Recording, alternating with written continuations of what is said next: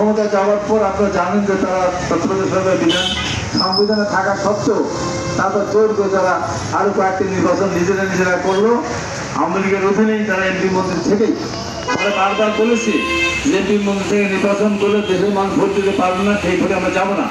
আমার 14 সালে যায়নি। 18 সালে পরীক্ষা করার জন্য আমরা গিয়েছিলাম, সেখানে গিয়ে আমরা দেখেছি রাতের ভোট, দিনের ভোট রাতে হয়েছে।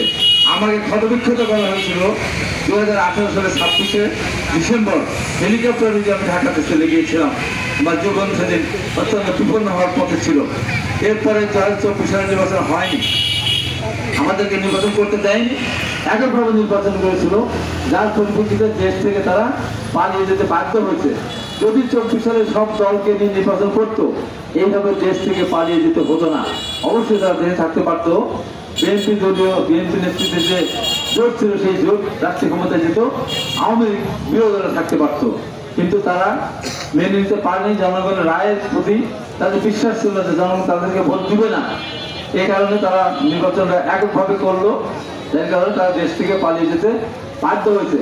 আজকে বর্তমান যে সরকার, আমাদের সবার রক্ত ঘাম, শত শত শহীদের রক্তের বিনিময়, হাজার হাজার মানুষের পঙ্গুত্বের বিনিময় আমরা যে 5ই আগস্ট আমরা সরকারের পতন ঘটার সক্ষম হলাম।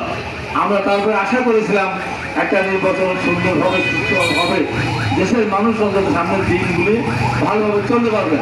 আমরা সেই আশার খুব করে আমরা কিন্তু সমস্ত অত্যাচার নির্যাতন আমাদের নামে এখনো মামলা আছে। আজকে এখন কেতন রাষ্ট্রপতি হাজিরা দিতে যায়নি, আমিও হাজিরা দিতে যাই না, মামলা আছে তো মিথ্যা মামলা, আর কত হাজিরা দেবো? ধরে নিয়ে ধরে নিতে হবে, জেল খেটে আবার বেড়ে আসবো। মিথ্যা মামলার কাছে আমি যেতে রাজি না। যেমন আমি ওই 23 সালে ম্যাডাম খালেদা জিয়ার বিরুদ্ধে যে বিচারের রায় দিয়েছিল, তার বিরুদ্ধে কথা বলার কারণে আবার অমান্য হয়েছিল, হাইকোর্ট না থাকলে এবং গ্রেপ্তার করেছিল। তাই আজকে আমরা নতুন করে কি দেখতে পাচ্ছি, বিএনপি নির্বাচন হলে, সুষ্ঠু নির্বাচন হলে 2024 সালের নির্বাচনে 250-এর বেশি আসন বিএনপি পেত। তাই এখন বিএনপিকে নিয়ে যে খেলা শুরু হয়েছে, নানানভাবে বলা শুরু করেছে। কেউ কেউ বলছে আমরা 50 থেকে 100 আসন পাবো। একজনের সাক্ষাৎকার দেখলাম কালকে, যারা আমাদের কারণে, যারা বাংলাদেশের রাজনীতির টিকে আছে, বড় হয়েছে, শক্তিশালী হয়েছে, মোটা হয়েছে, টাকা হয়েছে, তারা বলছে বিএনপির সাথে আমরা জোট করবো কেন? আমরাই তো একাই যথেষ্ট। হয়তো তাদেরকে আমরা করলি না, পেটে ভিতরে রেখেছিলাম যেন কেউ আঘাত করতে না পারে। আজকে বিএনপিকে নিয়ে নানান কথাবার্তা বলে। আমাদের নেতা তারেক রহমান সম্বন্ধে যে স্লোগান দেয়, ম্যাডাম খালেদা জিয়ার সম্বন্ধে যে সমস্ত বক্তব্য দেয়, এবং শহীদ রাষ্ট্রপতি জিয়া রহমানকে তারা এই কথা বলছেন না। তো তারা আমাদেরকে চাঁদাবাজ বলছে, আমাদেরকে দখলবাজ বলছে, অভিদখলকারী বলছে, নানানভাবে তারা দিনের ভিতরে যতগুলি কথা বলে তার 90% শুধু বিএনপির বিরুদ্ধে তারা কথা বলে যায়। তাছাড়া তাদের কোনো রাজনীতি নেই, অতীতেও ছিল না, এখনো নেই। আর আমাদের নেতা জনাব তারেক রহমান যখনই বক্তব্য দেন, তখন এদেরকে কৃষি নীতি কি হবে, এদের শিল্পনীতি কি হবে, শিক্ষানীতি কি হবে, বেকারদের কি হবে, বিদেশে যারা যাচ্ছে তাদেরকে কিভাবে সরকারের পক্ষ থেকে ট্রেনিং দিয়ে তাদেরকে লোন দিয়ে বিদেশ পাঠানো যাবে, আমার অর্থনীতি কিভাবে এগিয়ে নেওয়া যাবে, কিভাবে ব্যাংক লুট থেকে এই সমস্ত দুর্বৃত্তর নিবৃত্ত করা যাবে, কিভাবে ভিতরে টাকা যারা পাচার করেছে তাদের বিরুদ্ধে ব্যবস্থা নেওয়া যাবে, অর্থনীতিকে এগিয়ে নেওয়া যাবে, এই সমস্ত কথাগুলো উনি বলেন।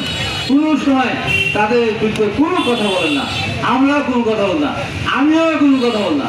অথচ আমার বিরুদ্ধে আজকে আমি আমাদের আইন শৃঙ্খলা মিটিংয়ে বললাম, সবাই ছিলেন, ডিসি সব আমি বললাম আমি বাংলাদেশে এমন একটা এখন আলোচনা বিষয় হাবিব আলোচিত এবং সমালোচিত যে সারা পৃথিবী তালেব বন্ধু ছিল জামাতের আমির বলে আমার যে হাত হল সারা পৃথিবীতে যেখানে যা আছে সারাদিন হাবিব হাবিব হাবিব।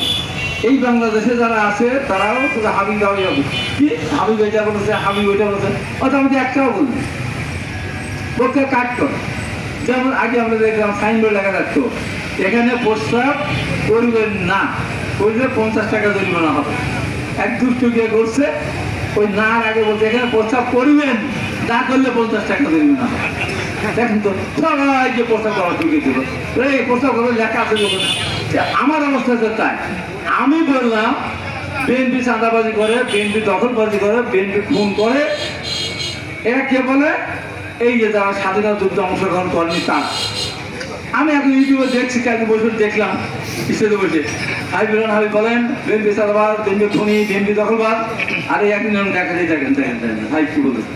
আমি তারপরে যে কি বললাম ওরাও বলে সেটা না। বলেন তো আমি কি কোনদিন বলেছি আমাকে ভোট না দিলে হাত পা ভেঙে দেবো? আমি কোনদিন বলেছি বিএনপিকে ভোট না দিলে ভোট কেন্দ্রে কেউ বাড়ি ফিরে যেতে পারবে না, সুস্থ হবে? আমরা সেটা তো বলিনি। তুমি বলিনি যে বিএনপিকে আমার জানিপাল্লা ভোট দিলে তার চিপা কেটে দেবো, একটা কথাও বলি নাই। অত এই সমস্ত কথাগুলো তারা বানিয়ে বানিয়ে বলে এখন আমার দিকে তুষারোপনা করছে। এবং তারা আমাদের এখানে আমার চর্চটা মশাল ভেঙে দিয়েছে। আশুমতি সিনিয়র নেতা তাকে গুলি করেছে, আহত করেছে। আমার এই ইউনিয়নের রতন চেয়ারম্যান দায়িত্বপ্রাপ্ত, সে আহত হয়েছে। আমার মামুন আহত হয়েছে।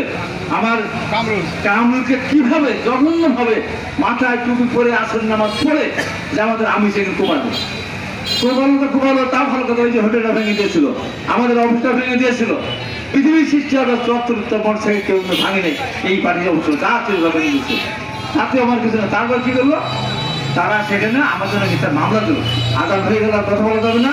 সেই জন্য আমি বলেছিলাম আগ্রহের জামাত যেহেতু মিথ্যা কথা বলে তাদের মিথ্যা কথা কিছু নামাজ হয় না, আগ্রহের জামাত মেরামতি করতে পারবে না। এরা মিথ্যা কথা বলে, এরা আদান দিতে পারবে। এইটা নিয়ে তারা বললো কি যে আমি নাকি বলেছি বিএনপি ক্ষমতা গেলে সমস্ত মসজিদ বন্ধ করে দেবে। আজকে এই সমস্ত জবাব দিতে হলে আমার আটঘরিয়া থেকে কত সদস্য, কয়েক হাজার সদস্য কিন্তু হতে হবে। এবং সবাই নগরটাকে আজকে অনুষ্ঠান শুরু হবে, নামাজের পরে উদ্বোধনটা করে আপনারা যতক্ষণ আছে এখানে আমরা আরো বই নিয়ে আসবো। আপনারা টাকা তোলেন, বই নিয়ে এসে তো কোনো সমস্যা নাই, কিন্তু আপনাদের বলছে যে টাকা দিতে হবে, এই কারণে নিজে আমার টাকা দিয়ে সদস্য হলাম। এটা একটা গর্বিত কিছু আসবে থাকবে। সবাইকে ধন্যবাদ, দেশ বেগম খালেদা জিয়া জিন্দাবাদ। ওই রাষ্ট্র যে আগামী বাংলাদেশ আধুনিক